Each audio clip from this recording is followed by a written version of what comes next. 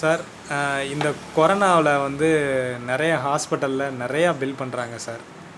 இப்போ அந்த corona hospital இல்லாமல் நம்ம வீட்டிலே இருந்து ட்ரீட்மெண்ட் எடுத்துக்கிற மாதிரி நம்ம தமிழ் முறைப்படி எதுவும் வைத்தியம் இருந்தால் நீங்கள் மக்களுக்காக சொல்லுங்கள் சார். ரொம்ப நல்லது. நீங்கள் கேட்ட கேள்வி ரைட்டு, சரியான கேள்வி. அதாவது உங்களுடைய அறிவுரைக்கு நீங்கள் சொன்னால் அதுக்கு என்ன செய்யலாம்னு கேட்குறீங்க. நான் அதை சொல்கிறதுல வந்து உங்களுக்கு இதுவும் கிடையாது. ஆனால் அளவுக்கு அதிகமான பணம் வாங்குகிறாங்க. ஆமாங்க. அளவுக்கு அதிகமான பணங்கள் வாங்கும் பொழுது மக்கள் அதனால் அல்லலுக்கு உள்ளாகிறாங்க, ரொம்ப துன்பப்படுறாங்க, கஷ்டப்படுறாங்க. அப்போ பணம் உள்ளவங்க கொடுத்துட்டு போயிடுறாங்க. பணம் இல்லாதவங்களால் அதை கொடுத்து அந்த இடத்துல இவங்களால செய்ய முடியாது, சேர முடியாத நிலைக்கு ஆளாகிறாங்க.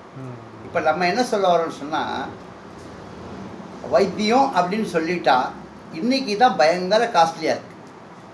ஆனால் வைத்தியத்துக்கு பணங்கிறதே தேவையில்லை சார். வைத்தியத்தை பொறுத்தவரையிலையும் இறைவன் கொடுத்த மருந்துகளை மக்கள் புறக்கணிக்கிறாங்க. இறைவன் கொடுத்துருக்க மருந்து மனிதன் எப்போ இந்த உலகத்தை இறைவன் எப்போ படைச்சானோ, இந்த நோய்களை படைச்சானோ, இந்த நோய்களும் இருக்குங்கும் போது தான் நோய்களுக்கான மருந்துகளையும் கொடுத்துருக்கான்.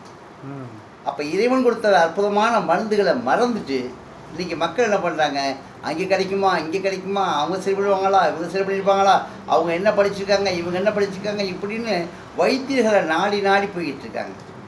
இந்த வைத்தியர்களை அதிகமாக நாடி போகிறத காலத்தினால வைத்தியர்கள் என்ன ஆகிட்டாங்கன்னு சொன்னால், பணத்தை அளவுக்கு அதிகமான நிலைக்கு கொண்டு போயிட்டாங்க. மக்கள்கிட்ட எந்த வகையில் போகணும், எந்த வகையில் பணம் எப்படி சேர்க்கணுங்கிற முறையெல்லாம் போயிடுச்சு. அப்போது என்ன சொல்கிறாங்க அப்படின்னா, அந்த காலத்தில் சித்தர்கள் சொல்லியிருக்காங்க,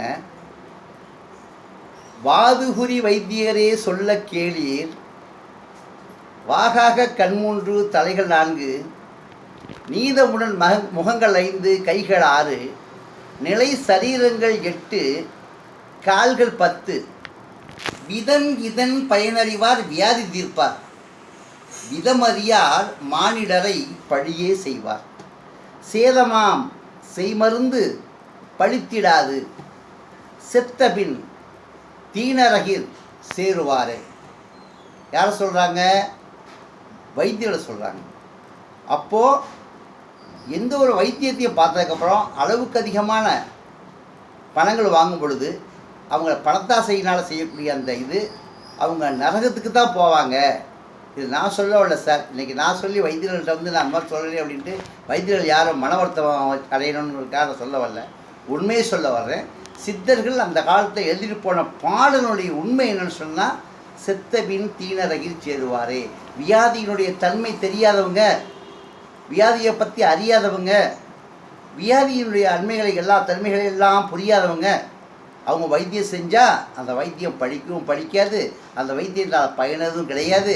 அப்படி இருக்கும் பொழுது அவங்களுக்கு என்ன கிடைக்கும்? நிச்சயமாக செத்தபின் தீனரகில் சேருவார். அதுக்காக சார் நம்ம வந்திருக்கோம், தீ நரகத்துக்கு போகிறதுக்காக வந்திருக்கோம்.